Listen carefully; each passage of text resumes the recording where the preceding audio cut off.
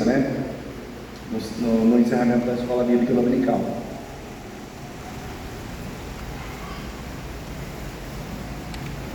Lá em Hebreus capítulo 12, versículo 14, diz assim: segui a paz com todos e a santificação, sem a qual ninguém verá o Senhor. Eu vou pegar um gancho aqui na lição que o Rodrigo estava ministrando hoje pela manhã, e no início ele falou sobre santidade. É isso, Rodrigo? Santidade, quando a gente estuda na profundidade a revelação da pessoa de Deus, a gente entende que existem atributos comunicáveis de Deus e atributos incomunicáveis de Deus. Os incomunicáveis são aqueles que pertencem a Deus, exclusivamente a Deus, e não compartilham com ninguém. Quais são? Onisciência, onipresença e onipotência. Só Deus é onisciente, onipresente e onipotente. Quando nós falamos dos atributos comunicáveis, geralmente 3 se destacam: amor, justiça e santidade. A santidade é o princípio, é a virtude, é o atributo do caráter de Deus que rege a moralidade de Deus. Então, quando nós somos salvos e Ele nos declara santos, Ele está dizendo que nós somos naquele momento separados do pecado para viver uma vida com Ele em santidade. Ele coloca a santidade dele em nós. E eu ouvi o Rodrigo usar a expressão que a gente não fica mais santo, mas só que a gente pode quebrar o princípio da santidade na nossa vida, e em função de pecado, de viver em função dos desejos da carne, dos propósitos da carne, a gente pode ser menos santo. Então, nesse sentido, nós temos que, falando de situações morais, aí caminhando como o Rodrigo estava falando ali, à medida que nós vamos deixando o pecado, à medida que nós vamos ajustando a nossa vida com a vontade de Deus, nós vamos caminhando em direção ao ápice da santidade. Porque o propósito de Deus é sermos santos como Ele é santo. Só que a espiritualidade não se resume somente em ser santo, não se resume somente em você fazer o certo e o errado aos olhos de Deus. Vamos supor que a Carla seja uma pessoa que está fazendo tudo certinho moralmente, mas aí alguém precisa da sua ajuda, da sua misericórdia, e isso depende do seu amor. Ela está vivendo em santidade, mas naquele momento ela age com indiferença, ela passa por cima do necessitado, ela vai embora. Aí ela infringiu qual princípio? Da santidade ou do amor? Do amor.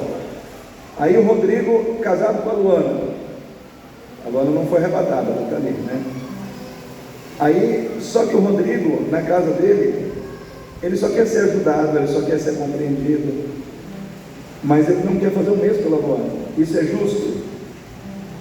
Então aí quebrou qual princípio? De justiça. Então a espiritualidade, ela depende do equilíbrio, do exercício conjunto de todas as virtudes do caráter de Cristo em nós: santidade, amor, justiça. E aí, alguns dias atrás eu vi uma definição da palavra integridade.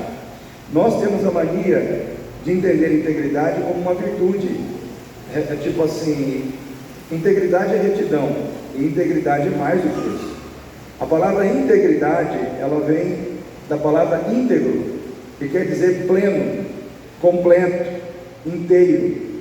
Então, quando a gente pensa em integridade como íntegro, completo e inteiro, nós não podemos entender integridade como uma virtude, mas como a capacidade de exercer de forma equilibrada e correta todas as virtudes. Ou seja, no momento que eu preciso ser justo, eu sou justo.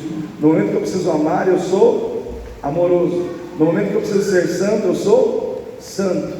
Ou seja, eu consigo ser pleno, eu consigo ser inteiro no exercício de todas as virtudes, sem confundir o momento em que eu preciso ser santo com o momento que eu preciso ser amoroso, o momento que eu preciso ser justo com o momento que eu preciso ser santo. Ou seja, eu consigo ser justo na hora de ser justo, santo na hora de ser santo, e eu consigo exercitar amor na hora de ser amoroso, misericordioso, gracioso. Então, quem age assim é uma pessoa que tem integridade, é uma pessoa que é reta em todas as situações, no exercício das virtudes espirituais que recebeu de Deus em Cristo Jesus. Então nós temos um desafio como igreja, sermos íntegros. Amém, queridos? Nós precisamos ser inteiros. Nós não podemos ser bom de um lado e capenga no outro. Eu sou muito bom em santidade, mas no amor eu manquejo, né? Eu sou muito amoroso, mas a minha vida está cheia de pecado, né? Aí o que acontece? Sou muito bom em amar, sou muito bom em exercitar amor para com as pessoas, mas na hora de fugir do pecado, eu já não sou bom nisso, né? Então nós temos que olhar para cada uma dessas situações e dizer: eu preciso ser íntegro, eu preciso ter integridade espiritual. Isso sim vai levar você à questão de uma espiritualidade plena. Além do que, você não pode ser mais santo, mas você pode ser mais consagrado a Deus, sim ou não? Então quando você ora, quando você jejua, quando você busca mais a Deus, você recebe mais capacitação do que aquele que não está buscando. E isso, na hora em que Deus vai precisar usar alguém, vai fazer a diferença, sim ou não? Quando Gideão precisava lutar lá com um exército de 105 mil homens midianitas, tinha 32 mil israelitas. Dos 32 mil, quantos que sobraram? Hein, Rodrigo? De 32 mil sobrou 300. Porque tem hora que Deus é seletivo. Tem hora que Deus fala: eu abençoo a todos, mas não posso trabalhar com todos, não posso usar a todos. Aí um monte de covarde foi embora, né? Um monte de gente que fazia as coisas de qualquer jeito foi embora, só ficou 300. Entenda isso. Às vezes Deus seleciona, e Deus precisa selecionar, por quê? Porque a obra dele é uma obra de excelência. Ele precisa trabalhar com pessoas que estejam buscando isso, que estejam antenadas com isso. Deus não quer que ninguém faça as coisas de qualquer jeito, né? Então, quem faz as coisas de qualquer jeito vai ficando no meio do caminho, né? Não, às vezes não vai ter o privilégio de fazer coisas que outros estão fazendo. Isso não é culpa de Deus. Amém, igreja? De quem que é a culpa? Ela é toda nossa, né? Porque nós muitas vezes estamos deixando de fazer o que deveríamos, o que poderíamos fazer. Vamos ficar em pé para que nós possamos louvar ao Senhor com alegria em nossos corações. A Ele a honra, a Ele a glória, a Ele o louvor para sempre. Ainda que a figueira